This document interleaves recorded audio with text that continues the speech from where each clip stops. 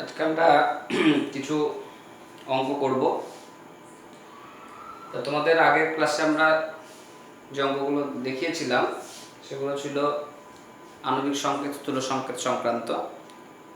এছাড়াও আমাদের যে বিষয়গুলো এবার আছে সেগুলো হচ্ছে ওজন ওজন আয়তন এবং আয়তন আয়তন সংক্রান্ত গাণিতিক সমস্যা। তোমরা এই প্রবলেমগুলো অনেকটাই জানো।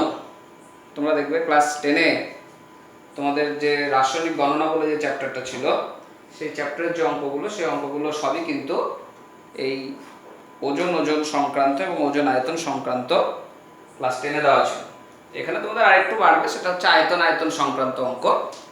আয়তন আয়তন সংক্রান্ত অঙ্ক আগের ক্লাসে করিনি। তো যাই হোক, আমরা আজকে যে অঙ্কগুলো করছি সেগুলো হচ্ছে সবই ওজন সংক্রান্ত ওজন সংক্রান্ত গাণিতিক সমস্যা। এগুলো তোমরা দেখেছো গত বছর ক্লাস 10-এ করতে গিয়ে, যে অঙ্কগুলোর ক্ষেত্রে একটা করে ইকুয়েশন থাকতো, রাসায়নিক সমীকরণ। সেই সমীকরণের সাহায্যে আমরা মোল সংখ্যা ধরে ধরে অঙ্ক করতাম। এখানেও একই থিওরি, একই অঙ্ক, শুধু অঙ্কগুলো ক্লাস 10-এর থেকে একটু কঠিন হবে, কিন্তু মোটের উপরে অঙ্কের যে থিওরিটা সেটা একই আছে। তার জন্য আমরা সরাসরি অঙ্কগুলোতেই চলে যাচ্ছি। অঙ্কগুলো তোমরা লিখে নিও, তারপরে আমরা সলভ করে নেব।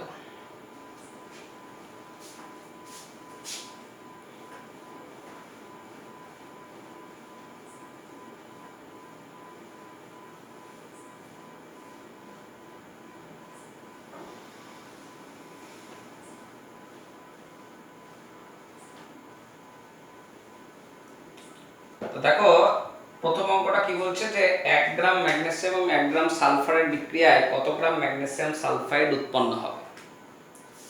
তাহলে ম্যাগনেসিয়ামের সঙ্গে সালফারের বিক্রিয়ায় ম্যাগনেসিয়াম সালফাইড গঠিত হয়।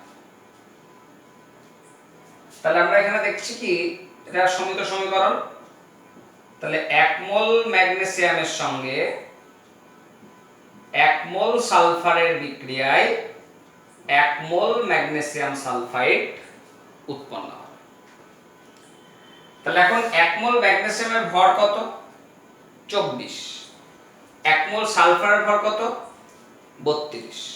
তার মানে কি 24 গ্রাম ম্যাগনেসিয়াম 32 গ্রাম সালফারের সঙ্গে বিক্রিয়া করে। কিন্তু অঙ্কে দেখো ম্যাগনেসিয়াম এবং সালফার উভয়ই নেওয়া হয়েছে 1 গ্রাম করে। ভালো করে বুঝবে, 1 গ্রাম করে। তাহলে আমার 32 গ্রাম সালফারের সঙ্গে আমার 32 গ্রাম ম্যাগনেসিয়াম প্রয়োজন। কিন্তু তার মানে 1 গ্রাম সালফার একের থেকে বেশি পরিমাণ ম্যাগনেসিয়ামের সঙ্গে বিক্রিয়া করতে পারবে। তার মানে 32 গ্রাম সালফার 32 গ্রাম ম্যাগনেসিয়ামের সঙ্গে বিক্রিয়া করতে পারবে, কিন্তু ম্যাগনেসিয়ামটা তো কম আছে। তাহলে ম্যাগনেসিয়াম যদি কম থাকে, তাহলে মাথায় রাখবে যে সম্পূর্ণ ম্যাগনেসিয়াম বিক্রিয়া করবে না। কি বলছি বুঝতে পারলে? তাহলে আমরা কি বলছি, 24 গ্রাম ম্যাগনেসিয়াম বিক্রিয়া করে 32 গ্রাম সালফারের সঙ্গে। তাহলে আমি যদি 1 গ্রাম ম্যাগনেসিয়াম নিই, তাহলে আমার কত গ্রাম সালফার প্রয়োজন? অবশ্যই 1-এর বেশি। কিন্তু ম্যাগনেসিয়ামটাও যেহেতু আমি 1 গ্রাম নিয়েছি, সালফারটাও 1 গ্রাম নিয়েছি, তার মানে কি বুঝতে হবে যে আমার ম্যাগনেসিয়ামটা বেশি আছে, তুলনামূলকভাবে সালফারের পরিমাণ কম আছে।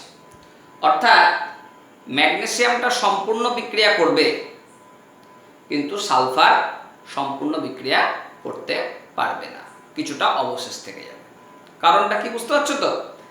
যেহেতু 1 গ্রাম ম্যাগনেসিয়াম তোমার 32/24 গ্রাম সালফারের সঙ্গে বিক্রিয়া ঘটাবে। 1 গ্রাম ম্যাগনেসিয়াম বিক্রিয়া করবে 32/24 গ্রাম, তার মানে 8 দিয়ে কাটলে 4, 3, 1.33 গ্রাম সালফারের সঙ্গে। কিন্তু আমি সালফারটাও নিয়েছি কি 1 গ্রাম, তাহলে আমি 1 গ্রাম ম্যাগনেসিয়ামের যদি বিক্রিয়া ঘটাতে চাই তাহলে 1.33 গ্রাম সালফার লাগবে, কিন্তু সালফার যেহেতু আমি কম নিয়েছি 1 গ্রাম পরিমাণ, তাহলে ওই 1 গ্রাম সালফারের সঙ্গে এখন কতটুকু ম্যাগনেসিয়াম বিক্রিয়া করবে সেটা আমরা গণনা করে নেব। তার মানে কি বুঝছি, যে সালফার সম্পূর্ণ বিক্রিয়া করলেও ম্যাগনেসিয়াম কিন্তু সম্পূর্ণ বিক্রিয়া করতে পারছে না। তাহলে অঙ্কটা এভাবে দাঁড়ায় যে 32 গ্রাম সালফার বিক্রিয়া করে 24 গ্রাম ম্যাগনেসিয়ামের সঙ্গে। তাহলে 1 গ্রাম সালফার বিক্রিয়া করবে 24/32, তাহলে এটা হলো 3, 4, 8 দিয়ে কাটলাম, তাহলে 0.75 গ্রাম। তার মানে 1 গ্রাম সালফার 0.75 গ্রাম ম্যাগনেসিয়ামের সঙ্গে বিক্রিয়া করবে। তাহলে আমার যদি সালফার শেষ হয়ে যায় তাহলে ম্যাগনেসিয়াম কি হবে, কিছুটা অতিরিক্ত থেকে যাচ্ছে। তাহলে কতটা অতিরিক্ত থাকছে, তাহলে ম্যাগনেসিয়াম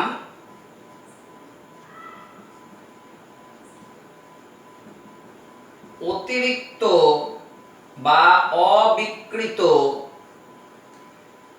থাকবে 1 - 0.75 বা 0.25 গ্রাম। তাহলে ম্যাগনেসিয়াম অতিরিক্ত বা অবিকৃত অবস্থায় থাকবে, সেটা হচ্ছে 0.25। তাহলে আমি 1 গ্রাম ম্যাগনেসিয়াম আর 1 গ্রাম সালফার নিচ্ছি, যার মধ্যে দেখছি কি 1 গ্রাম সালফার বিক্রিয়া করছে আর 0.75 গ্রাম ম্যাগনেসিয়াম বিক্রিয়া করছে। তাহলে ম্যাগনেসিয়াম সালফাইড যেটা উৎপন্ন হবে সেটা কতটা পরিমাণ হবে, যতটুকু বিক্রিয়া করবে ততটাই বিক্রিয়াজাত পাওয়া যাবে ভরের নিত্যতা সূত্র অনুসারে। তাহলে আমরা কি বলবো, উৎপন্ন ম্যাগনেসিয়াম সালফাইডের পরিমাণ হচ্ছে 1 + 0.75, আর এই 0.25টা কি হলো, থেকে গেল পাত্রে, বিক্রিয়া করতে পারলো না, আর বিক্রিয়া না করতে পারলে ম্যাগনেসিয়াম সালফাইডে পরিণত হতে পারবে না। অতএব ম্যাগনেসিয়াম সালফাইড উৎপন্ন হবে 1 + 0.75 গ্রাম সমান 1.75 গ্রাম। তাহলে 1.75 গ্রাম আমি ম্যাগনেসিয়াম সালফাইড পাবো, বাকিটা তোমার ম্যাগনেসিয়াম 0.25 গ্রাম অবিকৃত অবস্থায় থাকবে। বুঝতে পারলে এই জাতীয় অঙ্ক আমাদের ধীরে ধীরে করতে হবে। তার মানে একটা উপাদান বিক্রিয়া করে যদি শেষ হয়ে যায় তাহলে অন্য উপাদানটা বেশি থাকলেও সেটা কিন্তু বিক্রিয়ায় অংশগ্রহণ করে না, এই হচ্ছে ধারণা। তাহলে এই জায়গাটা তোমাদের একটু মাথায় রাখতে হবে যে একটা উপাদান শেষ হয়ে গেলে অন্য উপাদান বেশি পরিমাণ থাকলেও সে কিন্তু বিক্রিয়া করবে না।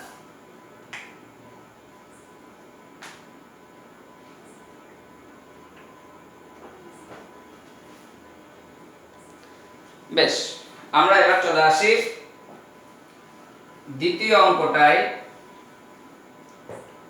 দ্বিতীয় অঙ্কে কি বলছে দেখো, জলে দ্রবীভূত 7.336 গ্রাম BaCl2 কে সম্পূর্ণ অধক্ষিপ্ত করতে কত গ্রাম Na2SO4 প্রয়োজন। তাহলে বিক্রিয়াটা লিখি, BaCl2 plus Na2SO4, তাহলে 2NaCl plus BaSO4। তাহলে আমরা কি দেখছি, 1 মোল BaCl2 এটাকে অধক্ষেপ তৈরি করতে 1 মোল Na2SO4 এর প্রয়োজন হচ্ছে। তাহলে এখন 1 মোল BaCl2 এর ভর বের করি। 137 বেরিয়ামের ভর, ক্লোরিন হচ্ছে 35.5 ইনটু 2, যেহেতু 1 মোল তার জন্য 1 ইনটু করে দিলাম। 1 মোল N2SO4 এর ভর বের করো। সোডিয়াম দুটো আছে তাহলে 23 ইনটু 2, সালফার হচ্ছে 32, অক্সিজেন হচ্ছে 16 ইনটু 4। তাহলে কত আসছে দেখে নাও।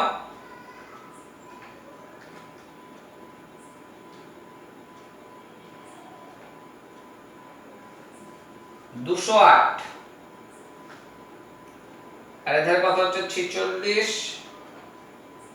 Plus 32 plus 64, 142। তাহলে আমরা কি বলবো যে 208 গ্রাম BaCl2 অধক্ষেপের জন্য 142 গ্রাম Na2SO4 প্রয়োজন। 208 গ্রাম BaCl2 অধক্ষেপের জন্য 142 গ্রাম Na2SO4 প্রয়োজন।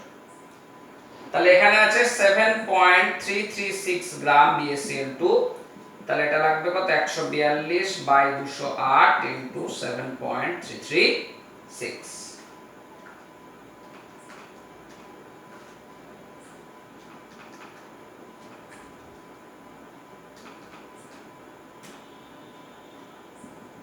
$5.008 গ্রাম।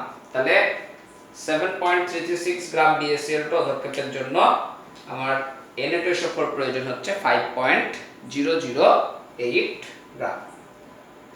আর বলছে বিক্রিয়ার পর উৎপন্ন BaSO4 এর ওজন কত। তাহলে এখানে দেখো 1 মোল বিক্রিয়া করছে, তাহলে এটাও 1 মোলই তৈরি হচ্ছে। তাহলে এর 1 মোলের ভর বের করে নিই। তাহলে 137 প্লাস 32 প্লাস 416 64, তাহলে কত আসছে দেখে নিই।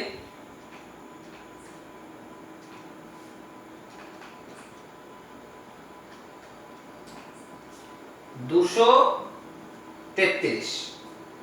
তাহলে আমরা কি বলবো এই 208 গ্রাম BaCl2 থেকে 233 গ্রাম BaSO4 তৈরি হয়। তাহলে 7.336 গ্রাম থেকে কতটা উৎপন্ন হয় হিসাব করে নিলেই আমরা BaSO4 এর পরিমাণটাও পেয়ে যাব। 208 গ্রাম BaCl2 থেকে 233 গ্রাম BaSO4 উৎপন্ন হয়। তাহলে 7.336 গ্রাম থেকে উৎপন্ন হবে 233 বাই 208 ইনটু 7.336।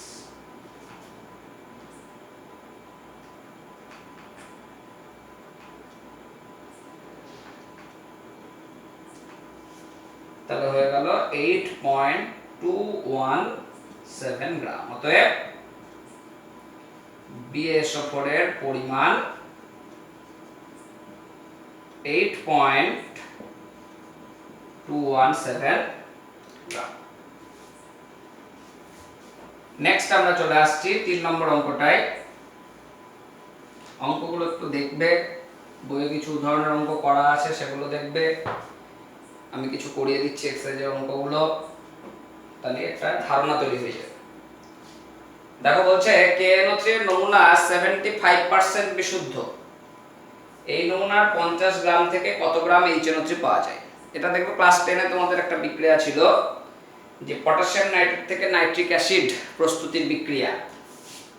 পটাশিয়াম নাইট্রেট বা সোডিয়াম নাইট্রেটের সঙ্গে যদি গাঢ় সালফিউরিক অ্যাসিডের বিক্রিয়া ঘটানো হয় তাহলে তোমার পটাশিয়াম সালফেট আর নাইট্রিক অ্যাসিড তৈরি হয়। এরকম বিক্রিয়া দেখবে ক্লাস 10 এ তোমরা পড়েছো। তাহলে এখন আমরা দেখছি কি 2 মোল KNO3 থেকে 2 মোল HNO3 উৎপন্ন হচ্ছে। তাহলে 2 মোল KNO3 এর আণবিক গুরুত্ব বের করি। Potassium 39, nitrogen 14, oxygen 316, 48। আর নাইট্রিক অ্যাসিড কত? Hydrogen 1, nitrogen 14, oxygen 3, 16, 48। তাহলে এটা কত আসছে দেখে নি।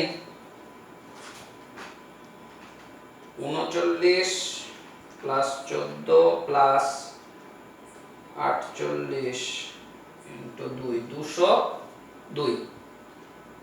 48 আর 14 তে 62, 63, 63 ডবল হচ্ছে 126। তার মানে 202 গ্রাম KNO3 থেকে 126 গ্রাম HNO3 উৎপন্ন হয়। এটা বিশুদ্ধ যদি হতো 100% বিশুদ্ধ, কিন্তু বলছে কি KNO3 টা 75% বিশুদ্ধ। তার মানে আমি যে 50 গ্রাম KNO3 নিচ্ছি তার মধ্যে আসলে KNO3 কতটা আছে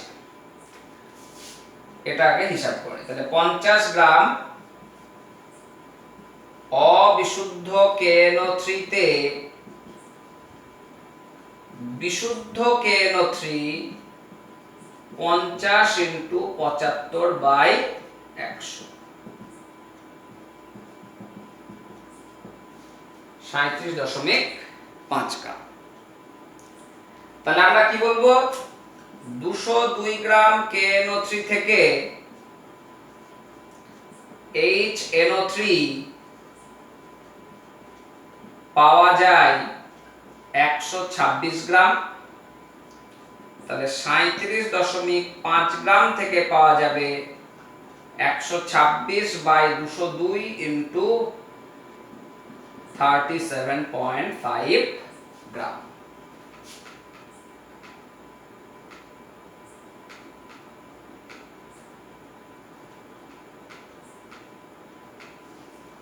তাহলে হলো 23.39 গ্রাম।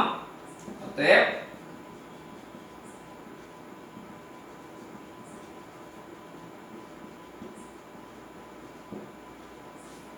HNO3 এর পরিমাণ 23.39 গ্রাম। বুঝতে পারলাম? এবার আমরা চলে আসি 4 প্রবলেমটা।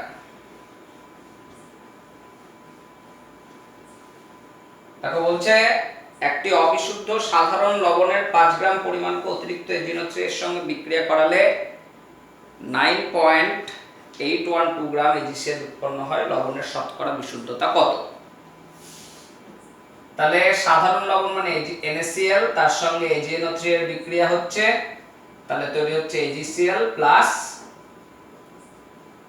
NaNO3। তাহলে এখন সাধারণ লবণ থেকে AgCl পাওয়া গেছে। সাধারণ লবণের পরিমাণটা বলা আছে 5 গ্রাম আর AgCl তৈরি হয়েছে সেটার পরিমাণ বলা আছে 9.812 গ্রাম। তাহলে সম্পর্কটা কার সঙ্গে কার বের করব? এই দুটোর মধ্যে, বাকিগুলোর দরকার নেই। তাহলে এটার আমি দেখছি কি 1 মোল থেকে এটার 1 মোল তৈরি হচ্ছে। তাহলে 1 মোল NaCl এর ভর কত হবে? 23 প্লাস 35.5 58.5, সিলভার 108 35.5, তাহলে 0.5 8 আর 5 এ 13 3 হাতে থাকলো 1 143.5। তার মানে 58.5 গ্রাম থেকে AgCl পাওয়া যাবে 143.5 গ্রাম।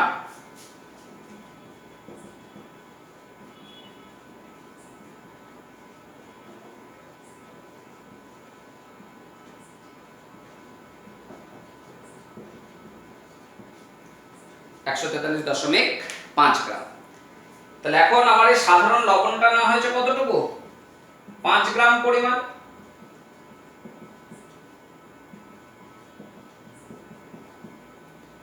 তাহলে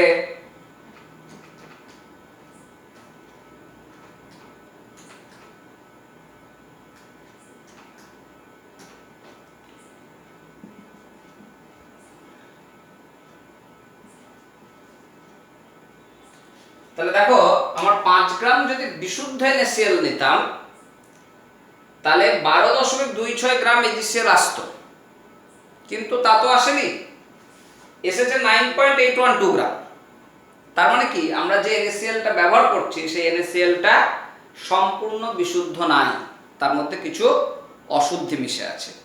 তাহলে এই জায়গাটা থেকে আমরা শতকরা বিশুদ্ধতা হিসাব করতে পারি। দেখো কিভাবে।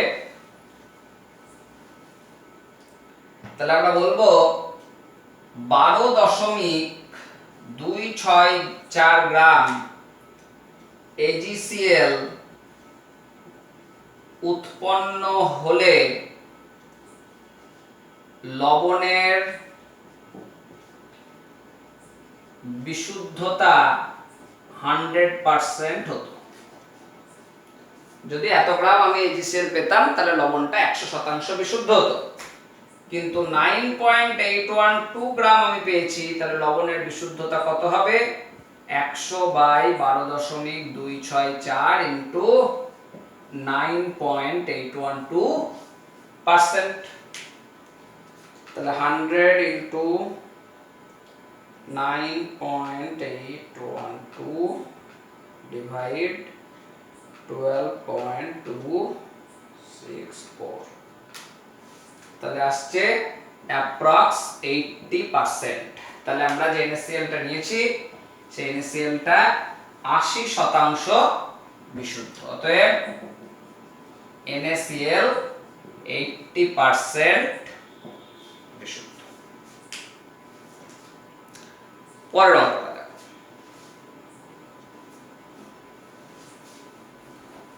তোমরা অঙ্কগুলো করে নিবে খাতায়, আর সমজাতীয় অঙ্ক তোমরা প্র্যাকটিস করবে।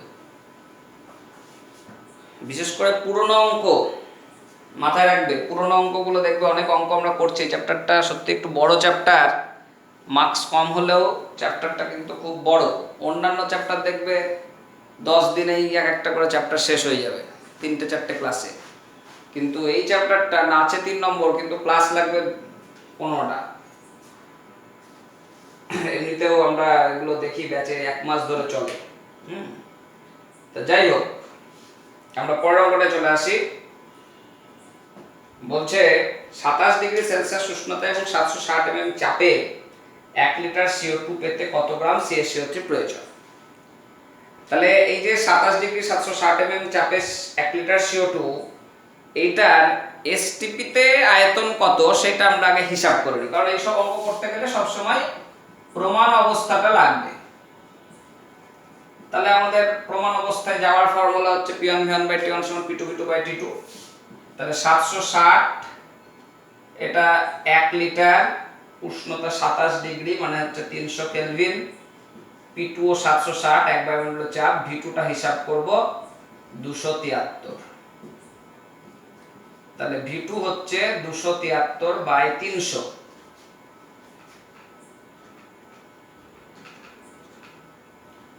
অর্থাৎ 0.91 লিটার CO2 হচ্ছে প্রমাণ অবস্থায়। 1 লিটার CO2 তাহলে প্রমাণ অবস্থায় আয়তন 0.91 লিটার। প্রমাণ অবস্থায় CO2 এর আয়তন 0.91 লিটার। এবার এই পরিমাণ CO2 তৈরি করতে কতটা CaCO3 লাগবে হিসাব করো। তাহলে তোমরা এটা জানো, CaCO3 থেকে CO2 উৎপন্নের বিক্রিয়া। তাহলে 1 মোল CaCO3 থেকে 1 মোল CO2 উৎপন্ন হয়। এই অঙ্ক তোমাদের ক্লাস 10 এ প্রচুরবার করেছো। 1 মোল CaCO3 ভর 100, আর এইটা দেখো 1 মোলের আয়তন হচ্ছে 22.4 লিটার। যেহেতু এখানে লিটারে দেওয়া আছে তার জন্য আমি কিন্তু আর ভর হিসাব করছি না। তাহলে আমরা বলবো কি 22.4 লিটার CO2 পেতে 100 গ্রাম CaCO3 প্রয়োজন। 22.4 লিটার CO2 পেতে 100 গ্রাম CaCO3 প্রয়োজন। তাহলে আমার 0.91 লিটার CO2 পেতে লাগবে কত? 100/22.4 × 0.91 গ্রাম। তাহলে 100 ইন্টু 0.91 ভাগ 22.4, তার মানে হচ্ছে 4.0625 গ্রাম CaCO3 প্রয়োজন। তাহলে প্রথম অংশটা হয়ে গেল। দ্বিতীয় অংশ বলছে দেখো ওই পরিমাণ CO2 উৎপন্ন করতে হলে কত গ্রাম বিশুদ্ধ কার্বনের প্রয়োজন। তাহলে কার্বন থেকে CO2 প্রস্তুত করার আরেকটা বিক্রিয়া লিখবো, তাহলে C+O2 থেকে CO2। তাহলে এখন 1 মোল কার্বন থেকে 1 মোল CO2 তৈরি হবে। তাহলে 1 মোল কার্বনের ভর 12 আর 1 মোল কার্বন ডাই অক্সাইডের আয়তন হচ্ছে 22.4 লিটার। যেহেতু এখানে আমার কার্বন ডাই অক্সাইডটা লিটার ইউনিটে আছে, তার জন্য আমরা বারবার 22.4 এ লিখছি। তাহলে আমরা কি বলবো,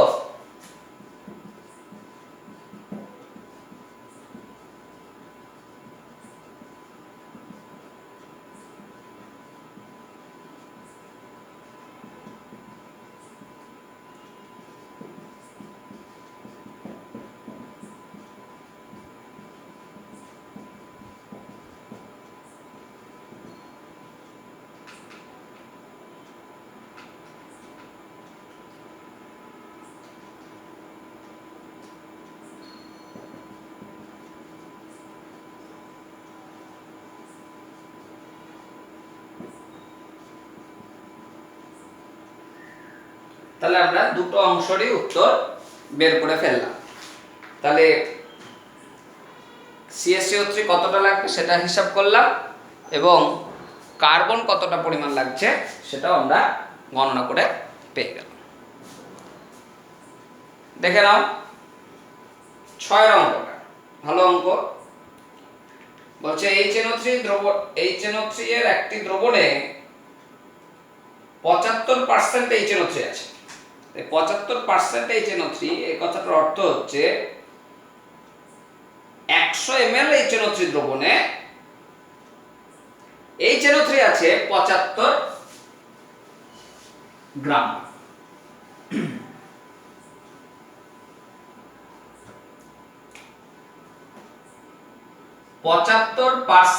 HNO3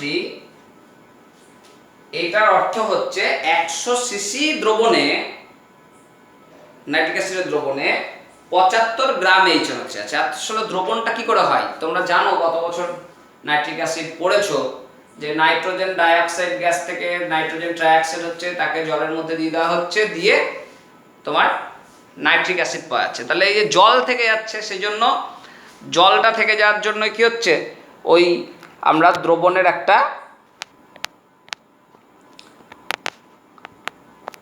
ওই দ্রবণে একটা পার্সেন্টেজ পাচ্ছি যে কতটা HNO3 আছে আর কতটা জল আছে।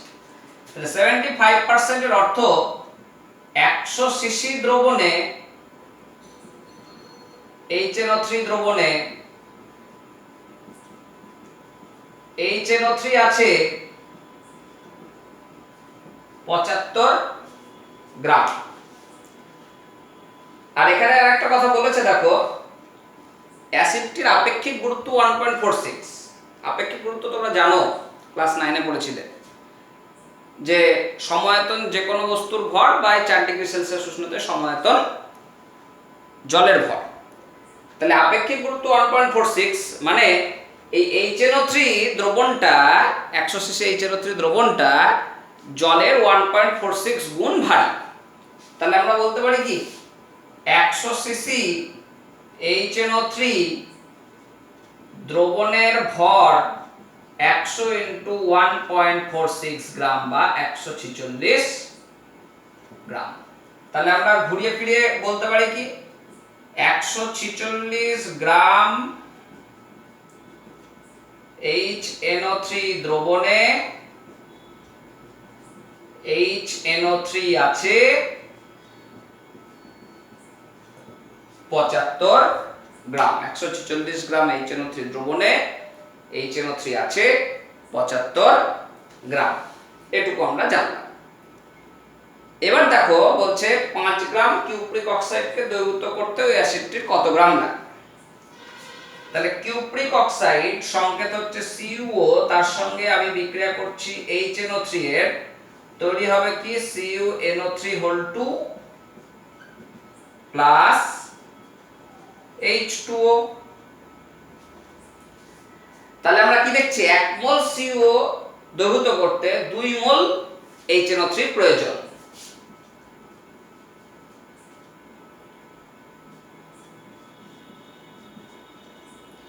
এইগুলোর আমাদের অঙ্কের কোনো প্রয়োজন লাগছে না, এই ধারেই হয়ে যাবে।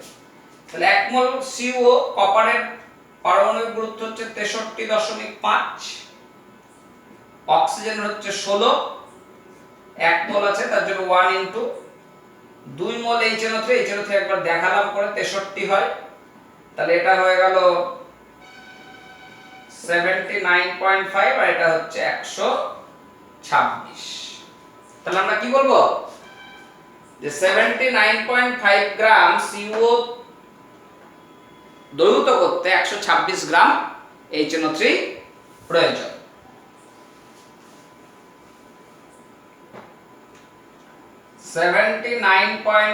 গ্রাম CuO দ্রবীভূত করতে 126 গ্রাম HNO3 প্রয়োজন। তাহলে আমি এটা কত গ্রাম নিয়েছি, 5 গ্রাম, তাহলে প্রয়োজন কত, 126/79.5 ইনটু 5,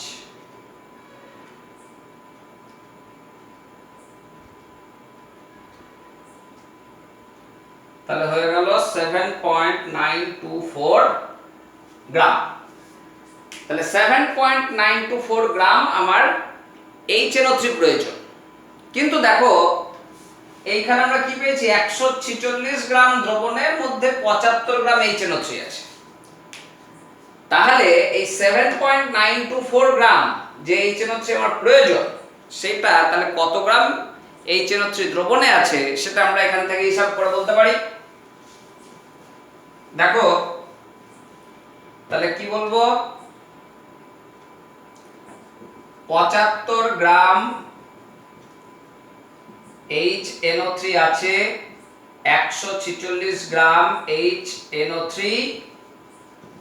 দ্রবণে, তাহলে 7.924 গ্রাম HNO3 আছে 146/75 ইনটু 7.924 গ্রাম HNO3 দ্রবণে, তাহলে 146 গণিত 7.924 ডিভাইড 75, তাহলে হলো 15.42 গ্রাম। অতএব HNO3 দ্রবণ প্রয়োজন 15.42 গ্রাম। ওই যে HNO3 দ্রবণটা আছে সেটা 15.42 গ্রাম প্রয়োজন। নেক্সট আমরা চলে আসছি 7 নম্বর অঙ্কটা। এটাও একটা গুরুত্বপূর্ণ অঙ্ক, পরীক্ষাতে অনেকবার আমরা দেখি টেস্ট পেপারে, বিশেষ করে কোশ্চেন ব্যাংকগুলোতে অঙ্কটা খুব থাকে। দেখো বলছে কি, ক্যালসিয়াম কার্বনেট আর ম্যাগনেসিয়াম কার্বনেটের 3.68 গ্রাম একটা মিশ্রণ নেওয়া হয়েছে, যাকে উত্তপ্ত করার ফলে বলছে 1.92 গ্রাম অবশেষ পাওয়া গিয়েছে। দিয়ে মিশ্রণে CaCO3 আর MgCO3 এর পরিমাণ জানতে চাইছে। তাহলে CaCO3 কে হিট করলে এরকম হয়,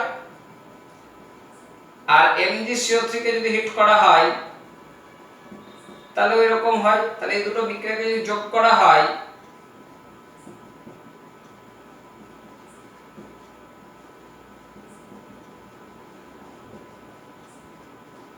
তাহলে এই হচ্ছে বিক্রিয়া। তাহলে আমরা দেখছি কি, এই যে অংশটা CaO-MgO এটা পড়ে যাচ্ছে, তৃতীয় এটা পড়ে যাচ্ছে, এটা থেকে যাচ্ছে, কার্বন ডাই অক্সাইডটা গ্যাস হয়ে বেরিয়ে যাচ্ছে। এইটার ভর তোমাকে বলে দিয়েছে যে 1.92 গ্রাম অবশেষ পাচ্ছি, আর এই দুটোর মিশ্রণের ভর বলে দিয়েছে সেটা হচ্ছে কত, 3.68 গ্রাম। দিয়ে বলছে তাহলে মিশ্রণের মধ্যে CaCO3 বা কতটুকু আছে আর MgCO3টা এবার কতটুকু আছে বা শতকরা পরিমাণ জানতে চাইছি। তাহলে দেখো কিভাবে হিসাব করব। তাহলে ধরি CaCO3 আছে x গ্রাম, MgCO3 আছে, তাহলে কত হবে 3.68 মাইনাস x গ্রাম। তাহলে এবার দেখো CaCO3 এর 1 মোল থেকে 1 মোল তৈরি হচ্ছে, তাহলে CaCO3 এর 1 মোলের ভর হচ্ছে 100 আর CaO এর 1 মোলের ভর হচ্ছে 56। তাহলে 100 গ্রাম CaCO3 থেকে 56 গ্রাম CaO পাওয়া যাবে। 100 গ্রাম CaCO3 থেকে 56 গ্রাম CaO উৎপন্ন হবে। তাহলে আমি CaCO3 টা ধরেছি x গ্রাম উপস্থিত, তাহলে CaO হবে 56/100 ইনটু x বা 0.56 x গ্রাম। আবার দেখো MgCO3 1 মোল থেকে এটাও তৈরি হচ্ছে 1 মোল, তাহলে ম্যাগনেসিয়াম হচ্ছে 24, কার্বন 12 আর 3টে অক্সিজেন 48, যোগ করলে দেখো আসলো 84 আর এটা 24 আর 16 40। বুঝতে পারলাম? তার মানে আমরা বলবো কি 84 গ্রাম MgCO3 থেকে 40 গ্রাম MgO পাওয়া যায়।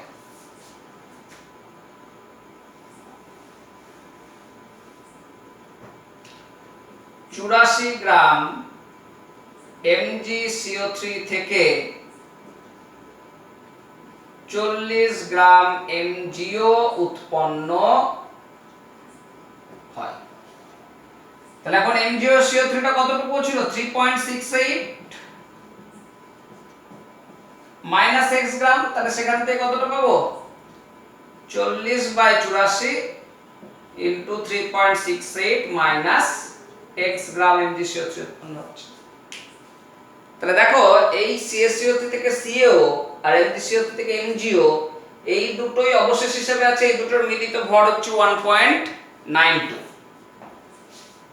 তাহলে আমরা লিখব কি শর্তানুসারে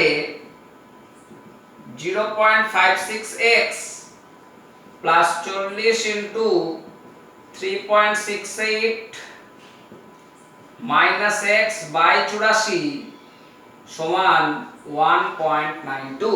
তাহলে আমরা এখান থেকে x এর মান সমাধান করব। তোমাদের ক্যালকুলেটর আছে, খুব একটা সমস্যা হবে না। তাহলে এটা হচ্ছে 0.56x প্লাস 0. এটা ভাগ করে না,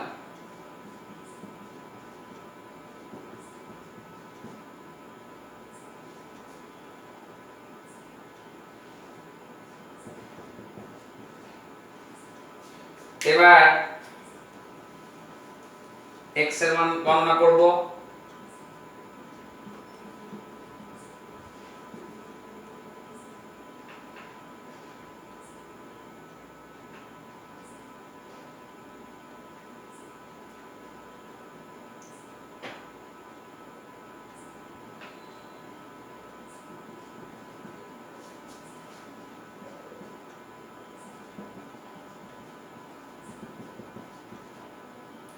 তাহলে এটা থেকে এটা বিয়োগ করে নাও।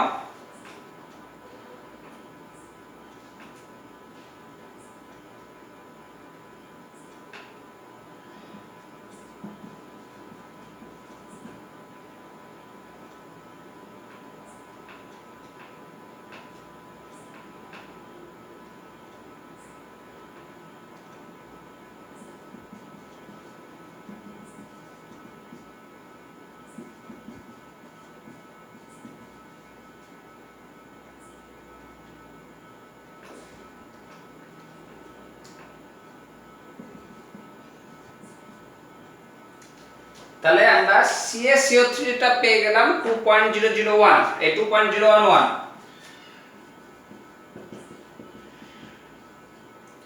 আর MgCO3 সেটা কত হবে? এই যে 3.68 মাইনাস এটা করে নাও,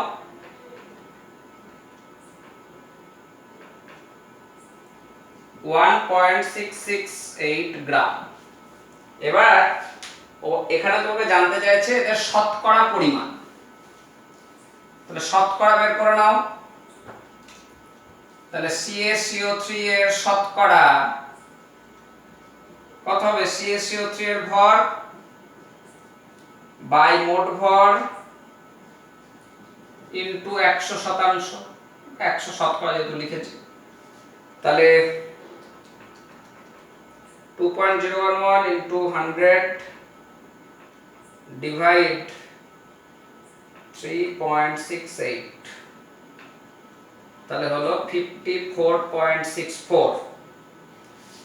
আর MgCO3 এর শতকরা 100 থেকে বিয়োগ করে দিলেও হয়ে যাবে 54.64,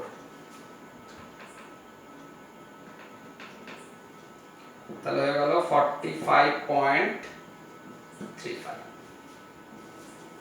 বুঝতে পারলে? তাহলে আমরা আজকে ওজন সংক্রান্ত আলোচনা করলাম। নেক্সট ক্লাসে আমরা আলোচনা করব ওজন আয়তন। তাহলে আমাদের লাস্টে থাকবে আয়তন। ওটা হলেই আমাদের এই চ্যাপ্টার শেষ। আর 2টো ক্লাস বা 3টে ক্লাসের মধ্যে আমরা এই চ্যাপ্টার শেষ করে ফেলবো।